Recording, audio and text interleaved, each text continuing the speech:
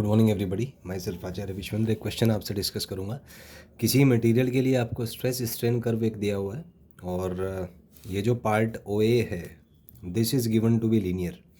इससे रिलेटेड कुछ क्वेश्चन आपको बताने हैं। पहला क्वेश्चन है फाइंड यंग्स मॉडुलस। तो ये जो लीनियर पार्ट है ऑब्वियसली इलास्टिक लिमिट, ये मतलब लीनियर पार्ट के लिए ही यंग्स मॉडुलस डिफाइन होगा, जो कि होता है स्ट्रेस बाय स्ट्रेन। तो आप देख सकते हैं ये पॉइंट के कोरस्पॉन्डिंग स्ट्रेस है 5 और यूनिट है 10⁵।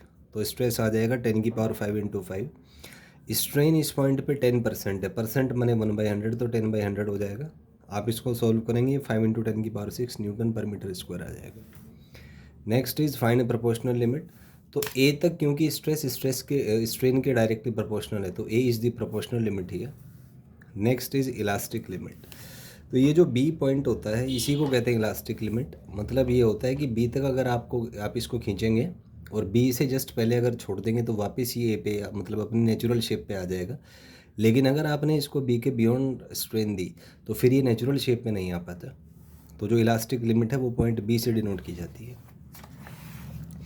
Next is find ultimate stress. तो ये जो डी पॉइंट है जिसके कोरस्पॉन्डिंग स्ट्रेस मैक्सिमम है, यहाँ पे आप देख सकते हैं। तो ये वाला कोऑर्डिनेट स्ट्रेस कोऑर्डिनेट यहाँ पे मैक्सिमम है, जो कि है 20 और यूनिट है 10⁵। तो जो अल्टीमेट स्ट्रेस आएगा वो 20 इंटू 10⁵ आ जाएगा। Next is stress at fracture point.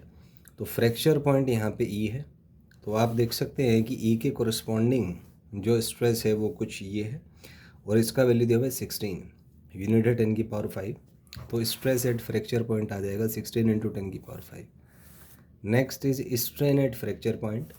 तो फ्रैक्चर पॉइंट जो है वो ई है और हम देख सकते हैं कि इसके कोरस्पॉन्डिंग स्ट्रेन 45% है। तो 45% माने 45/100 माने 0.45। नेक्स्ट है स्ट्रेन एट अल्टीमेट स्ट्रेस। तो अल्टीमेट स्ट्रेस ये है, इस पर आप देख सकते हैं स्ट्रेन जो 40% है, तो ये 40% या 0.4 आ जाएगा। Next find strain at elastic limit.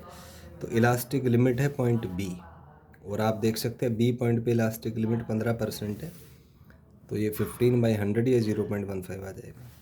Next is dimension of strain. तो M0 L0 T0 होता है यहाँ पे। Next is dimension of stress. तो ये होता है M1 L-1 T-2।